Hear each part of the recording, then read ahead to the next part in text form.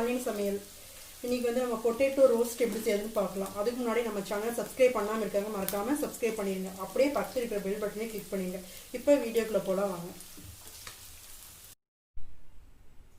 ஒரு பாத்திரத்தில் 1/2 கிலோ உருளைக்கிழங்கு நான் தோல் சீவி வேக வச்சு எடுத்து வச்சுருக்கேன். ரொம்ப வேக வைக்க வேணாம், ஒரு 15 நிமிஷம் வேக வச்சு எடுத்துருக்கேன் எண்ணெயில் போட்டு பொரிக்கிறனால. இப்போ அதில் ஒரு பாத்திரத்தில் போட்டுட்டு ஒயிட் பெப்பர் 1 ஸ்பூனு, மஞ்சத்தூள் கொஞ்சம், கரம் மசாலா 1 ஸ்பூனு, சீரகத்தூள் 1 ஸ்பூனு, மிளகாத்தூள் 1 ஸ்பூனு, இது எல்லாத்தையும் இது கூட போட்டுடலாம்.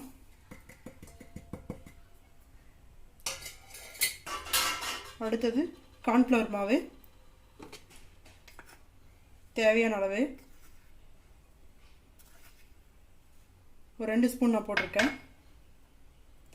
அரிசி மாவு அதுவும் தேவையான அளவு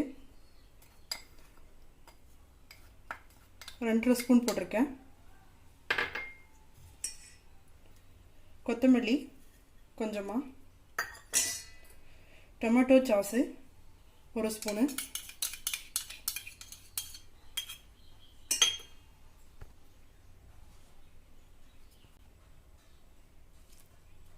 உப்பு தேவையான அளவு. இது எல்லாத்தையும் நல்லா மிக்ஸ் பண்ணி விட்டுடலாம். தண்ணி தேவைன்னா மட்டும் ஊற்றிக்கோங்க. உருளைக்கிழங்கு லைட்டாக ஈரப்பசை இருந்துச்சுன்னா வேண்டாம்.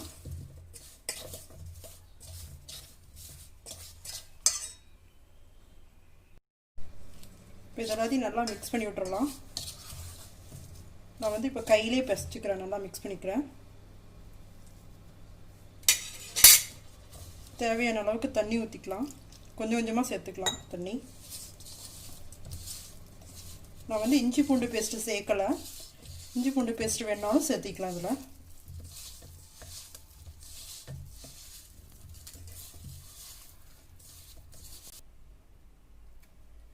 இதெல்லாம் இந்த மாதிரி நல்லா மிக்ஸ் பண்ணி ஒரு 15 நிமிஷம் நல்லா ஊற வச்சுருங்க. நல்லா ஊற வச்சு அதுக்கப்புறமா எண்ணெயில் போட்டு பொரிச்சு எடுத்துக்கலாம். நான் வந்து ஃபுட் கலர் எதுவும் சேர்த்துக்கலாம், நீங்கள் வேணால் கலர் வேணாலும் இதில் சேர்த்துக்கலாம். ஃபுட் கலர் அடுப்பில் இந்த மாதிரி ஒரு ஃபேன் வச்சுக்கலாம், நல்லா சூடாகட்டும். வந்து நல்லா சூடாகிடுச்சு. இப்போ தேவையான அளவுக்கு எண்ணெய் ஊற்றிக்கலாம். பொரிக்க கொஞ்சம் நிறையவே ஊற்றிக்கோங்க. எண்ணெய் சூடாகிடுச்சு. கொஞ்சமாக கடுகு நல்லா பொரியட்டும்.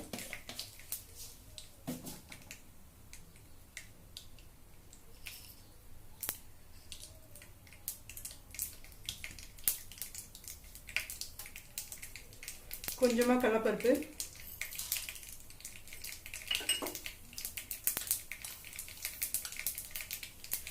கொஞ்சமாக உளுந்தம்பருப்பு,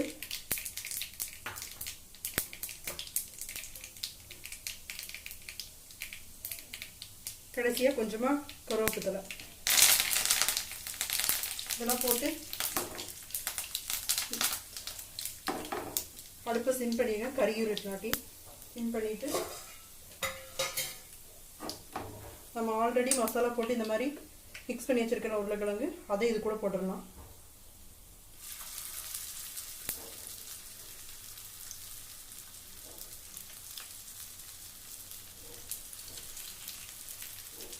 எல்லாத்தையுமே போட்டுடலாம்.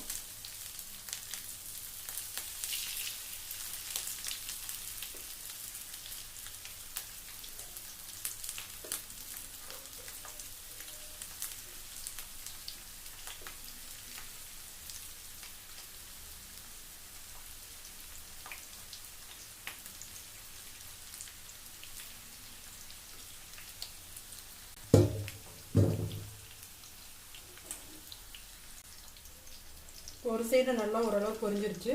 இப்போ இன்னொரு சைடு அப்படியே லைட்டாக தூக்கி விட்டுறலாம். இந்த மாதிரி மிக்ஸ் பண்ண வேணாம், மிக்ஸ் பண்ணால் மசாலாலாம் ஊந்துடும்.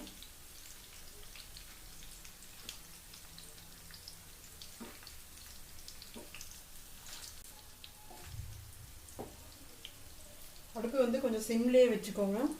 ஸ்பீடாக வச்சோன்னா சீக்கிரமாக கருகிரும் வேகக்குள்ளேயே. அதனால் சிம்லேயே வச்சுக்கோங்க.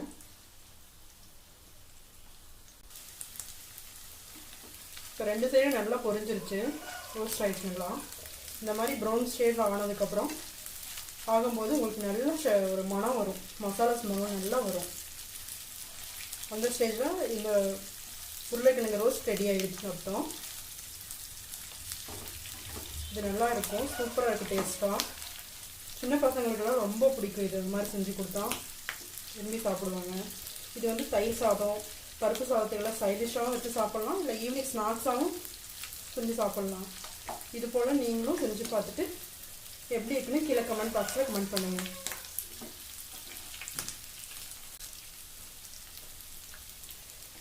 இப்போ பொட்டேட்டோ ரோஸ்ட் ரெடி ஆயிடுச்சு. இது வந்து நாங்கள் ஒரு வேறு பாத்திரத்தில் மாற்றிடலாம்.